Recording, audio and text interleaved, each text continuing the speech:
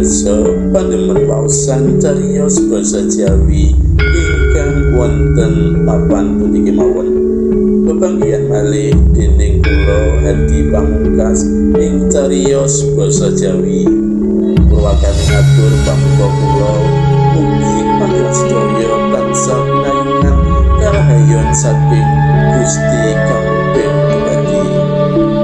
Ing wekdal menika kula badhe ngaturaken waosan cariyos cekak inggih menika cerita rakyat nglajengaken waosan kala wingi bagian ingkang kalih. Anggitanipun Bapa Ki Sudadi kanthi ira-irahan Saridin Tapa Ngrame.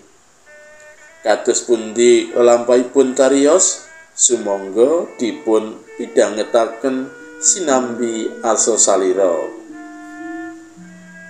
Perangan cariyos kepungkur nalika Saridin duweni pangangen-angen kang gedhe bakal antuk bagian warisan saka sedulure Nyi Branjung ora dadi kanyatan.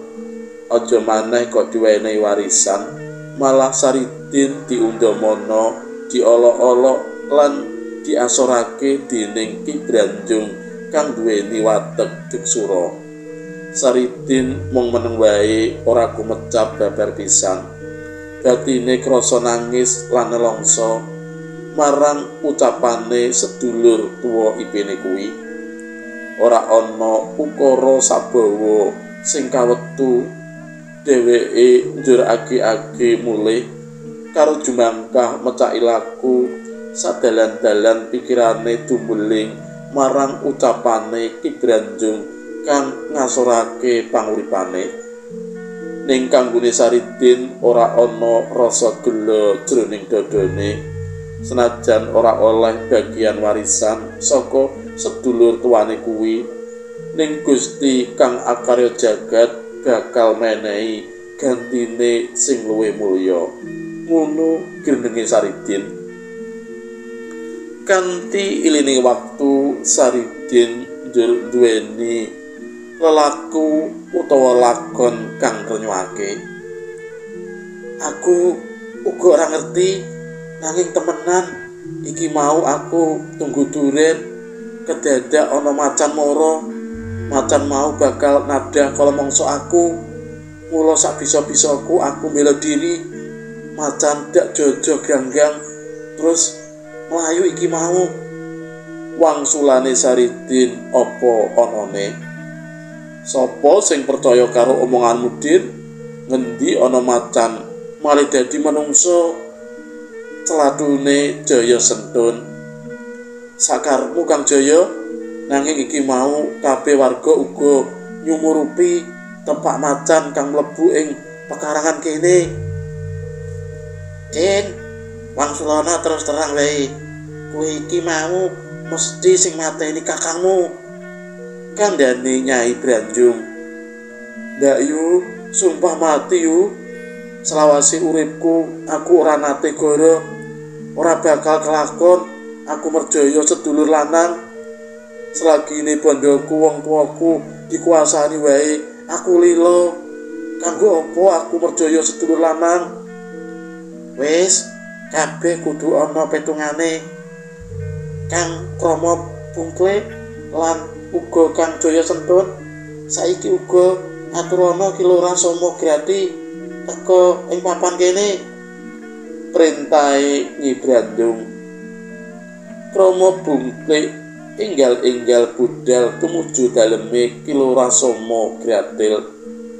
Nalika iku Pak Lurah sing kondang Tukmis iki lagi wae ngungu sare nampa pelapurane Krama Bungke. Pak Lurah enggal-enggal rawuh ana daleme Juragan Branjung. Pak Lurah terus neresih kedadian kuwi. Iki ana apa kok padha rame-rame ana papan kene? Pandangune Pak Lurah Soma. Niki Pak Lurah wonten Raja Pejah wangsulane kliwon. Juragan Branjung tumekeng tewas. Banjur sapa sing mateni? Duka sinten? Wangsulane kliwon karo gedeg-gedeg. Sapa Nyai sing percaya garwamu iki? Pandangune Pak Lurah marang Nyai Branjung. Kadosipun adi kula Saridin Pak Lurah. Monggo kula aturi dangu piyambak. Ature Nyai Branjung. Saridin, Den, kene, kowe ana kene. Jare sing merjaya sedulurmu lanang kowe. Pitakone lurahe. Duka Pak Lurah. Wangsulane Saridin enteng. Kok duka? Duka piye? Mestine kowe ngerti lara-larae perkara.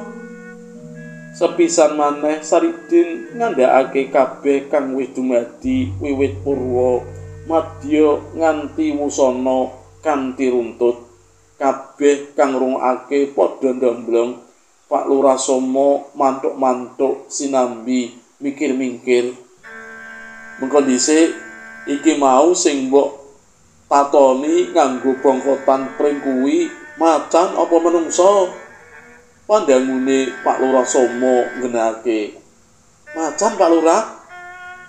Mengko gek-gek kowe salah deleng ing kamangka wancine bengi kang peteng. Sadurunge kahanan peteng kuwi bisa wae pandeleng dadi kisruh rumangsane macan jebul manungsa. Saestu Pak Lurah, iki wau malah ketinggal tapakipun Sardula. Wah, kuwi ngono jenenge ngayuwara. Tapak kuwi bisa wae mung tapake kucing gedhe, luwak utawa asu. Banjur mbok kira tepake macan kuwi mung kok nggo ngilangi lacakmu wae. Sumangga kersa nanging kula mboten nate matur dora aluwung pejah menawi tiyang kados kula niki aku dora. Kuwi rak mung sumpah utawa ilo-ilone wong sing wis kepepet. Bakune kuwi wis kabukten percaya sedulurmu lanang dhewe.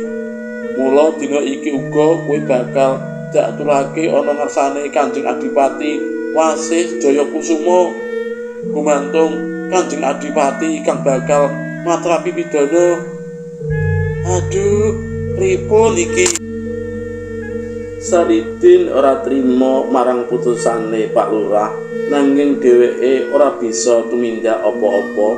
Para warga kadhawuhan nggondo tangane Saridin, ganggang sing tumancep ing janggane Juragan Branjung enggal kacabut lan digawa menyang sangarepe Pradata Kadipaten Pati Pesantenan minangka barang bukti. Pak Lurah banjur aweh perintah murih wargane tata-tata ngadani upacara pangrukti nilayon. Para warga miyana tan sisip anggone nampa dawuhe Pak Lurah. Kabeh enggal angayahi pakaryane sowang-sowang. Layone Ki Branjung enggal dirukti sak totone piwulang agama lan kapitayan kang ana ing desa kono. Pak Lurah Somo lan saperangan punggawa desa nuli ngirit Saridin menyang ngarsane Kanjeng Adipati Wasih Jayakusuma.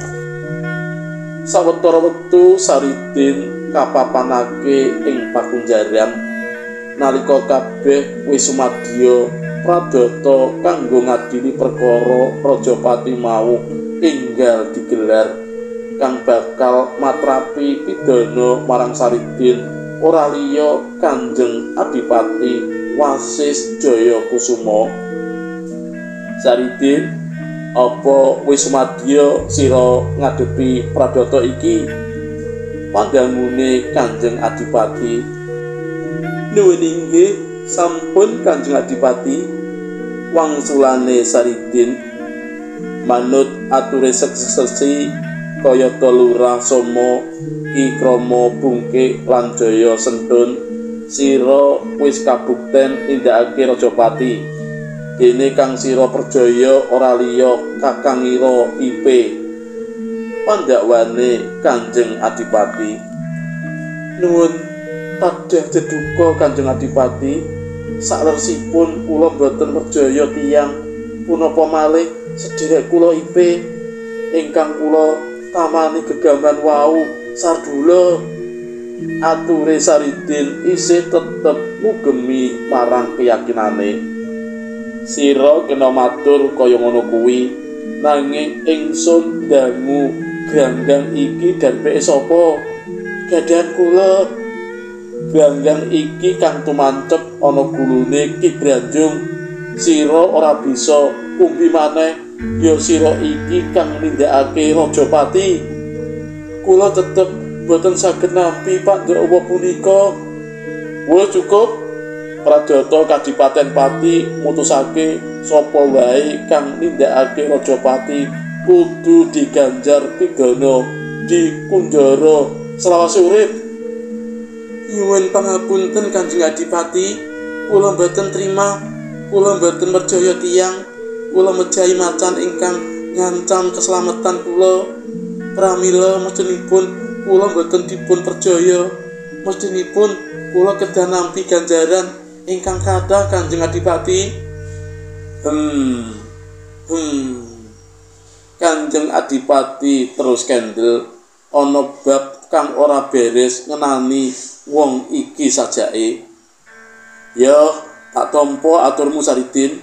Mula Pradata Pati mutusake Saridin bakal diganjar manggon ing gedhong tembok kang dipagri wesi lan dijaga para punggawa. Dheweke mangan ngombe diladeni, nanging ora kena ninggalake omah tembok kuwi selawase urip. Nyuwun tadah deduka Kanjeng Adipati, menapa kepareng menawi kula niliki bojo kula sadangunipun kula mapan wonten griya tembok niku. Kena watun bisa, dawuhe Kanjeng Adipati. Nggih, menawi mekaten kula nderek keputusan Pradata punika. Kabeh kang nyekseni lakune Pradata padha mesem. Lagi sepisan siji iki ana pawongan kang duwe nalar kaya mangkono. Kanjeng Adipati Jayakusuma uga mesem jroning wardaya. Ora nyono yen isih ana kawula pati kang penalarane mung tekan semono.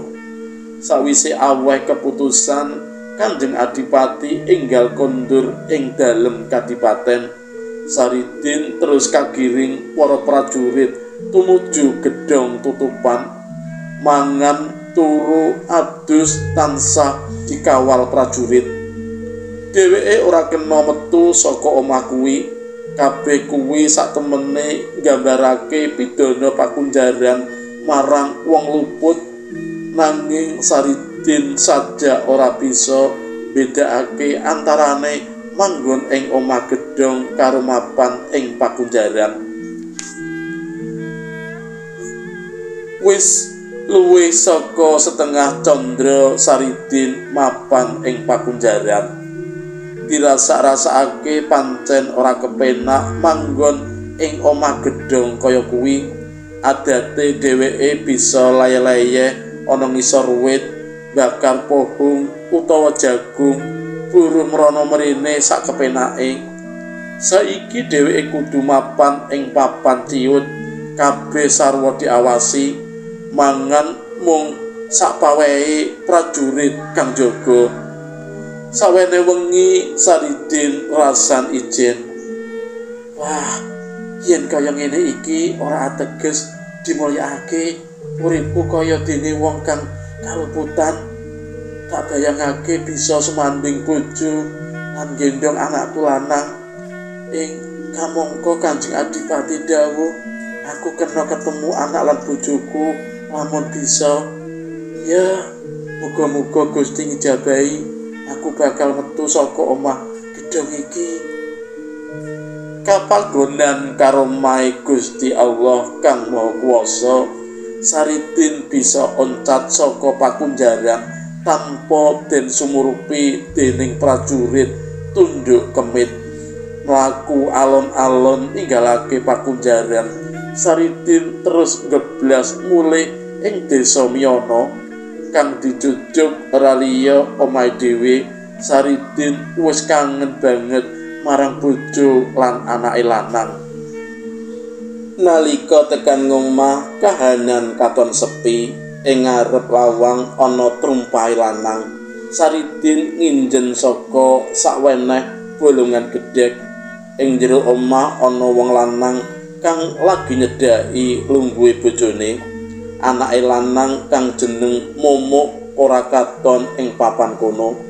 Bareng ditamatake kang teka ing papan kono ora liya Ki Lurah Somo Gratil. Dek Sarinem, wis aja dieling-eling mungge bojomu Saridin. Ora-orane yen arep mulih ana omahmu kene. Kandhane Somo Gratil. Gak mboten wangsul niku pripun? Wangsulane Sarinem. Sumurupa Nduk, Saridin iku wis dipatrapi pidana kunjara selawase urip. Aduh Pak Lurah, lajeng pripun gesang kula mangke? Ora susah wasumelang, bab uripmu mengko dak pikirake. Wangsulane Pak Lurah Somo Gratil. Saestu napa, Pak? Iya, Nduk. Ning ngerti dhewe kowe. Wangsulane Pak Lurah karo mripate ketap-ketip sajak menehi sandi. Wah, ampun, kaya ngaten niku to Pak Lurah. Niku ngoten namine dosa Pak Lurah. Wangsulane Sarinem ngadoh. Dosa kuwi rak yen weruh wong, yen ora ana sing ngerti ya ora apa-apa. Karo maneh sing jeneng dosa mono rak kabeh wong nglakoni. Dadi ya ora perlu wedi dosa. Upama besok mlebu neraka kancane ya akeh. Piye Sarinem? Ladenana kekarepane pun Kakang wong ayu. Pambujuke Pak Lurah Somo Gratil. Mboten Pak Lurah, terima pejah menawi kula kedah tumindak sedeng. Kandhane Sarinem karo ninggalake Pak Lurah. Nalika iku Saridin ora kuat ngampet ambekan, mula dheweke terus dehem-dehem.